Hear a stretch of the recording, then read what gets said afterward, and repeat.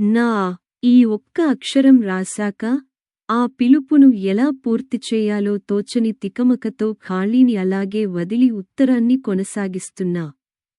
ఈ ఉత్తరం చదివాక మీ నిర్ణయాన్ని బట్టి ఆ ఖాళీని తదుపరి ఉత్తరంలో పూర్తి చేయగలనని అనుకుంటున్నాను. మరి నేనెవరు, ఎందుకీ ఉత్తరం రాస్తున్నాను లాంటి సందేహాలెన్నో మీ మనసులో మొలకెత్తి ఉంటాయని గ్రహించి ఆలస్యం చేయకుండా వివరాల్లోకి వెళ్తున్నాలండి. నా పేరు అదంత ముఖ్యమైన విషయానికి కాదు. ముందు ముందు ఎలానూ తెలుస్తుంది.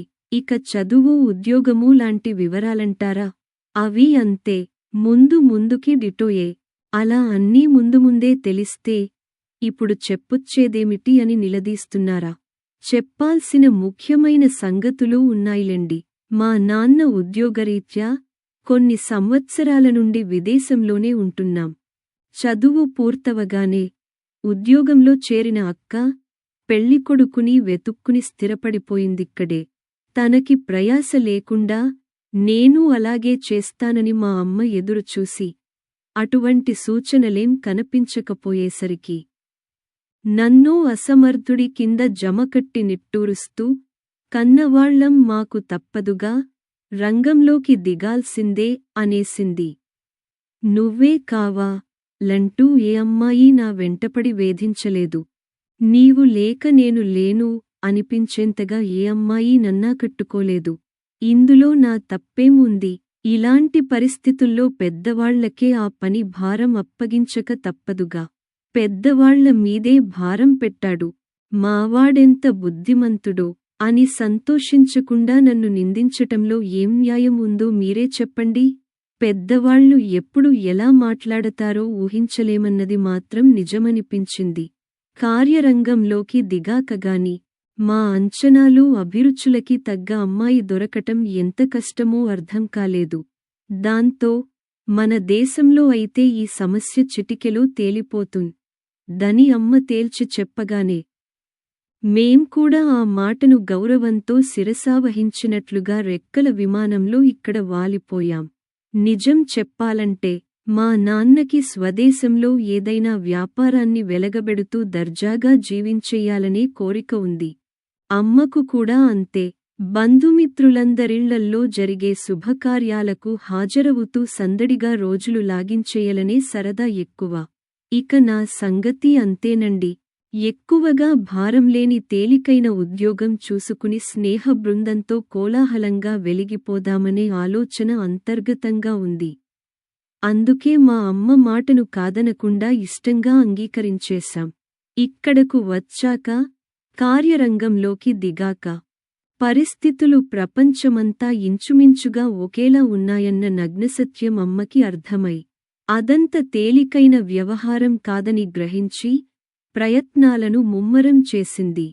నేనొకసారి సరదాగా, కోడలికోసం అంత ఆతృత ఎందుకమ్మా అనడిగా మా అమ్మ తక్కువేం కాదుగా, కోడల్ని కాల్చుకు తినే కార్యక్రమం రంజుగా ఉంటుందని ఈ మధ్యనే ఎక్కడో చదివారా, అందుకు అని సమాధానం చెప్పింది. ఈ రోజుల్ని బట్టి అలా జరిగే అవకాశం 1% కూడా లేదనిపిస్తోందమ్మా. పైగా కోడలి వేధింపులతో నువ్వే కాగిన నూనెలో వేగిపోవాల్సి వస్తుందేమో అన్నా భయం నటిస్తూ. మా అమ్మ కూడా అవునా, ఇలాంటి ఆలోచనే రాలేదు, ఇక కోడలి ప్రసక్తే తీసుకురాను అనేసింది. సమస్యల్ని చాకచక్యంతో ఎదుర్కోవాలిగాని అలా అస్త్ర సన్యాసం చేసినట్లు మాట్లాడటం నీకు తగదమ్మా. ప్రయాస పడకుండా ప్రయత్నాల్ని నిదానంగానే సాగించు అంటూ బోధ చేశాను బతిమాలుకుంటున్నట్లు. అమ్మ కూడా ఇక నవ్వేసి ఆ తర్వాత నిట్టూర్చింది. పనులేం చకచకా సాగటంలేదులే, నిదానంగానే ఉన్నాయి. నేను చేసిన దానాలేం గొప్పవి కావు కాబోలు. దానం కొద్దీ కోడలని అన్నారుగా అంది. మా అమ్మ తనకు అనుగుణంగా సామెతల్ని కూడా మార్చేసుకోగలదు. అంతటి చాకచక్యం ఉంది మరి. ఇలా మా ప్రయత్నాలేవీ ఫలించక విసిగి వేసారిపోతుంటే అదేమీ గమనించకుండా మా అక్క, మేమంతా కబుర్లు చెప్పుకునే సమయంలో ఫోన్లో తన గళమూ కలుపుతూంటుందిగా, ఏదైనా మంచి కబురు చెబుతారేమోనని ఎదురుచూస్తుంటే ఏమీ చెప్పరేం అంటూ కసురుకోవటం ఒకటి. చిరాకొచ్చి ఫోన్ తీయకపోతుంటే నోరు మూసుక్కూర్చున్నారేం అంటూ నోరు పారేసుకుంటోంది. పిల్లాడి పెళ్ళి అనేది ఎంత కష్టమో మాకు తెలిసొచ్చింది. ఇలాంటి తరుణంలో ఊరు వెళ్ళొచ్చిన మా నాన్న తెచ్చిన కబురొకటి మా ఆశలకు ఊపిరిపోసింది. ఈ సుదీర్ఘ ఉపోద్ఘాతానికి ముగింపు చెప్పేసి అసలు కథలోకి వచ్చేస్తున్నాలండి. మొన్ననే మా నాన్నకి తన చిన్ననాటి స్నేహితుడొకాయన అనారోగ్యంతో మంచం మీద ఉన్నారనే వార్త తెలిసింది. వెంటనే ఆ స్నేహితుడిని చూసి వస్తానంటూ ఆ ఊరికి వెళ్ళొచ్చారు. ఎక్కడికైనా వెళ్ళి వస్తే మా అమ్మ యక్ష ప్రశ్నల పరంపరతో మా నాన్న జవాబుల రూపంలో చెప్పే సమాచారాన్ని సేకరిస్తుంది. ఈసారి ఆ అలవాటుకు విరుద్ధంగా మా నాన్నే ఉత్సాహంగా వివరాలను మొదలుపెట్టారు. ఆ స్నేహితుడి కూతురు చక్కని చిరునవ్వు, మంచి మాటతీరుతో ఎలా ఆకట్టుకుందో వివరంగా చెబుతూంటే, అమ్మా, మీరెళ్ళింది మీ ఫ్రెండ్కి బాగాలేదని చూడటానికి కదా, అది చెప్పకుండా అంటూ ఆశ్చర్యంగా చూసింది. వాడికేం బాగానే ఉన్నాడు. ఆర్థిక పరిస్థితి ఫవాలేదు కాబట్టి సాయానికి ఓ మనిషిని పెట్టుకున్నాడు. కుటుంబం అంతా కనిపెట్టుకుని చూస్తుంది కాబట్టి ధైర్యంగా ఉన్నాడు. అతని కూతురు ఈ మధ్యనే ఏదో ఉద్యోగంలో చేరిందట. తండ్రికిలాంటి అనారోగ్యం కలగడంతో ఉంటే ఉంటుంది, లేకపోతే లేదు అనుకుంటూ సెలవు పెట్టేసి దగ్గరే ఉండి జాగ్రత్తగా చూసుకుంటోంది. ఆ అమ్మాయి రూపురేఖలే కాదు, అంతరంగమూ అంత అందమైనదేనని అక్కడున్న కాసేపటిలోనే అర్థమైపోయిందంటూ మళ్లీ మునుపటి రూటులోకి వెళ్ళిపోయారు నాన్న. అమ్మా, నేనూ చెవులప్పగించి ఆశ్చర్యంగా వింటూండిపోయాం.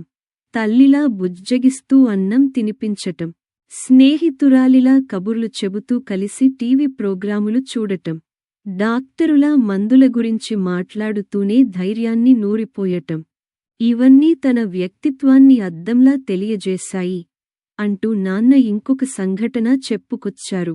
ఆ ముందు రోజు వాళ్లంతా టీవీలో ఒక సినిమా చూశారట. అందులో ఒక రంగస్థల నటుడు భార్య వియోగాన్ని, ఒంటరితనాన్ని భరించలేక తన సహచర నటుడైన స్నేహితుడిని బాధ నుండి విముక్తి ప్రసాదించమని దీనంగా కోరటం. ఆ స్నేహితుడు తరువాత బాధపడినాగాని అప్పుడు గుండె దిటవు చేసుకుని నిద్రమాత్రలు ఇచ్చి మరణానికి సహకరించటం జరుగుతుంది. ఆ సన్నివేశ స్ఫూర్తితోనో ఏమోగాని మరునాడు మావాడు కూతురిని తనకు అలాంటి విముక్తి ప్రసాదించవచ్చు కదా అని అడిగాడట. మంచం మీద కదలలేని నిస్సహాయత ఆ కోరికను కలిగించి ఉండొచ్చు. ఆ అమ్మాయికి ఆ సినిమాలో అస్సలు నచ్చని సన్నివేశమే అది. ఆ విషయానికి తెలియజేస్తూ ఆ రాత్రే ఆవేశంతో ఆ దర్శకుడికి ఒక ఉత్తరం కూడా రాసేసిందట. తండ్రి కోరికను విన్న వెంటనే కోపంతోనూ బాధతోనూ కన్నీళ్లు పెట్టుకుని ఆ ఉత్తరాన్ని తండ్రికి చూపించింది.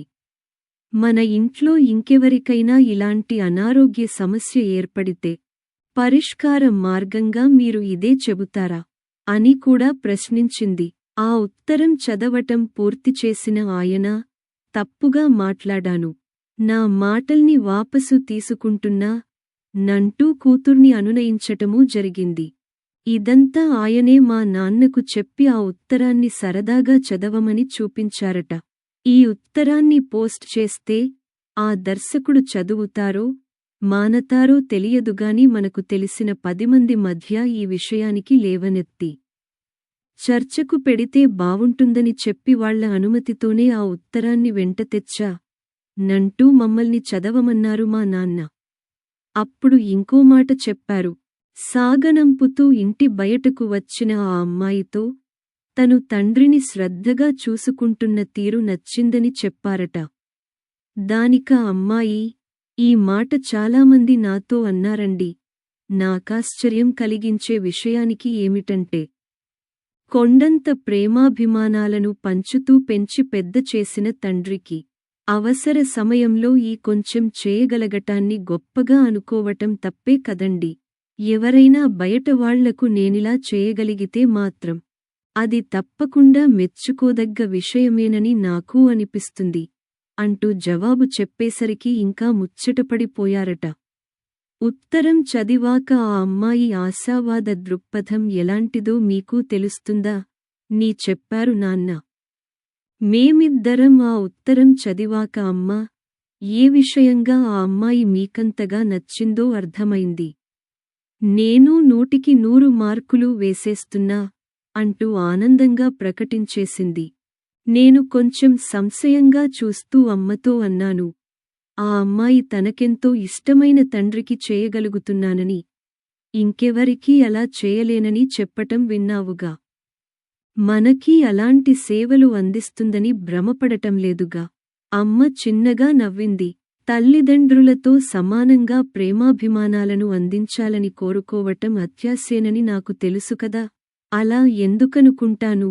అయితే ముందు మనం ఇచ్చిన ఆదరాభిమానాలను పుచ్చుకుని తిరిగి ఇవ్వటంలో నిర్లక్ష్యం చూపించే రకం కాదని, ఇచ్చిపుచ్చుకునే సంస్కారం ఉన్న అమ్మాయని అర్థమై నచ్చిందంటున్నా నంటూ వివరణ ఇచ్చింది.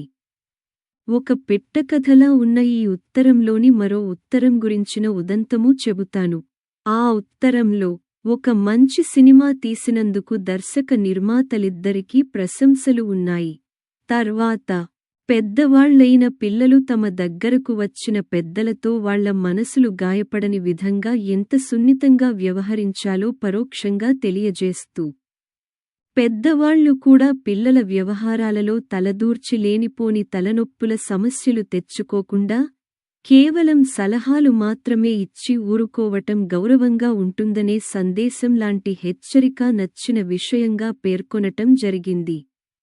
ఆ తరువాత పిల్లల దగ్గర్నుండి పల్లెకు బయలుదేరిన పెద్దవాళ్ళిద్దరూ 4 మొక్కలున్న చిన్న ఇంటిలో అన్ని పనులు అరమరికలు లేకుండా కలిసి చేసుకుంటూ కబుర్లతో సరదాగా కాలక్షేపం చేయటం, సాయంకాలాలు పొలం గట్లపైకి షికారుగా వెళ్ళివస్తూ దారిలో కనిపించిన బంధుమిత్రులను ఆత్మీయంగా పలకరించటం, అప్పుడప్పుడు వచ్చిపోయే పిల్లలతో దూరమై దగ్గరయ్యే ఆనందాన్ని అనుభవించటం చూసి ముచ్చటపడుతూనే ఇలాంటి సన్నివేశాలు ఇంకొన్ని చూస్తామని ఆశపడుతూంటే అనుకోని విధంగా వాళ్లను విడదీసి మా కళ్లను కన్నీటి కాల్వలుగా మార్చేశారు. ఏం చేస్తాం, ఒక్కోసారి విధి వైపరీత్యాలుగా అలానూ జరుగుతూంటాయని సరిపెట్టుకుని గుండె బరువుని తట్టుకున్నామని చెబుతూ చివరగా అస్సలు నచ్చని సన్నివేశ విషయ ప్రస్తావన చేసింది. భరించలేని బాధతో విముక్తి కోరిన స్నేహితుడికి ఎన్నో మార్గాల ద్వారా సేదతీరే అవకాశం ఉందని నచ్చచెప్పాల్సిందిపోయి మరణమే విముక్తి మార్గమని చెప్పినట్లుగా అలా చేయటం సమంజసంగా లేదు. పైగా పరోక్షంగా తప్పుదారిని సూచించినట్లుగానూ ఉంది. మూలకథలో అలా ఉన్నా మార్పు చేస్తే బావుండేది కదా. వాళ్ళిద్దరూ కొన్నాళ్ళు ఆ స్నేహితుడితో ఉండి గత అనుభవాలను అంతకుముందులా పద్యాలు సంభాషణల రూపంలో నెమరేసుకుంటూ సరదాగా కాలక్షేపం చేస్తూ స్నేహితుడి దుఃఖాన్ని తగ్గించే ప్రయత్నం చేయొచ్చుగా. లేకపోతే అతనే తన ఇంటిలో తనలాంటి ఒంటరివాళ్లు నలుగురికి ఆశ్రయమిచ్చి అందరూ కలిసి పనులు చేసుకుంటూ కాలం గడిపినా బావుండేదిగా. పోనీ ఓ 10 మందిని శిష్యులుగా స్వీకరించి తన నటనానుభవాలను మెలకువలను నేర్పించటమూ మంచి కాలక్షేపంగా ఉంటుంది కదా. లేదు తన అనుభవాలను గ్రంథస్థం చేయటమూ మంచి ప్రయత్నంగా ఉండదా. ఇలాంటి ఏదో ఒక మార్గాన్ని సూచించి ఉంటే బావుండేదని నా అభిప్రాయం అంటూ తెలియజేసింది. ఆ ఉత్తరం చదివాక అమ్మ నీ సంగతేమిటంటూ నావైపు చూసింది. నా అభిప్రాయం కోసమని అర్థమైంది. వృద్ధాప్యంలోనూ ఆనందంగా జీవించవచ్చని తెలియజేసిన తీరులోని భావుకత నాకు బాగా నచ్చింది అని చెప్పేశాను. ఇదండీ విషయానికి. ఆ అమ్మాయి ఎవరో, నేనెందుకు ఈ ఉత్తరం రాస్తున్నానో అన్నీ మీకు అర్థమైపోయి ఉంటాయి.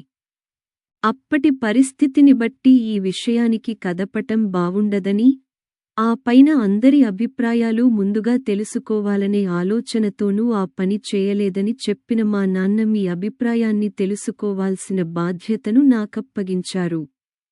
దాని ఫలితమే ఈ ఉత్తరం. ఇది కేవలం ఉత్తరం మాత్రమే కాదండోయ్. కాబోయే యజమానురాలిగా మా ఇంటి ఆధిపత్యాన్ని స్వీకరించమని మా కుటుంబ సభ్యులందరి ఆమోదముద్రతో మీకు అందజేస్తున్న అభ్యర్థన పత్రం. మీ అనుమతి లభిస్తే నా అనే అక్షరం పక్కన ఉన్న ఖాళీలో కాబోయే జీవన సహచరి అను జీవితంలోకి నిత్య వసంతాన్ని వెంటబెట్టుకు వచ్చే వాసంతి అను తదుపరి లేఖలో రాయవచ్చు. ఏ కారణంగానైనా మా ప్రతిపాదనను తిరస్కరిస్తే కనీసం స్నేహాన్నైనా కొనసాగించమని నా అభ్యర్థన. మీ వాళ్లందరితో పరిచయం కలిగించుకోవటానికి వచ్చేవారం మేమంతా మీ ఊరికి వస్తున్నాం. మా వసతి వగైరాలు మేమే ఏర్పాటు చేసుకుంటున్నాంలెండి. సూటిగా ఆశలు విషయమే కాకుండా త సోద ఎందుకు రాయాల్సి వచ్చిందో కూడా చెప్పనా? మా ఇంట్లో వాళ్లందరి మనోభావాలు, మా ఇంటి వాతావరణం ఎలా ఉంటాయో మీకు కొంచెంగానైనా అవగాహన కలిగిద్దామనే అభిప్రాయంతో మాత్రమే. ఆఖరుగా ఒక విషయానికి, ఈ ఉత్తరంలోని మొదటి, చివరి అక్షరాలు రెండూ కలిపితే మావాళ్లు నన్ను పిలిచే వాడుక నామం అవుతుంది. ఇక మీ నిర్ణయం తెలుసుకున్నాక నీ అనే అక్షరం పక్కన నా సంతకం తీరు మారుతుందని తెలియజేస్తూ ముగిస్తున్నానండి. నీ. ఈ కథ మీకు నచ్చినట్లయితే లైక్ చేయండి, కామెంట్స్ పెట్టండి. ఇంకా మీ బంధుమిత్రులకి షేర్ చేయండి. ఛానల్ని మొదటిసారిగా చూస్తున్నవారు సబ్స్క్రైబ్ చేసుకుని గంట పైన నొక్కి ఆల్ ఆప్షన్ సెలెక్ట్ చేసుకుని మమ్మల్ని ప్రోత్సహించండి.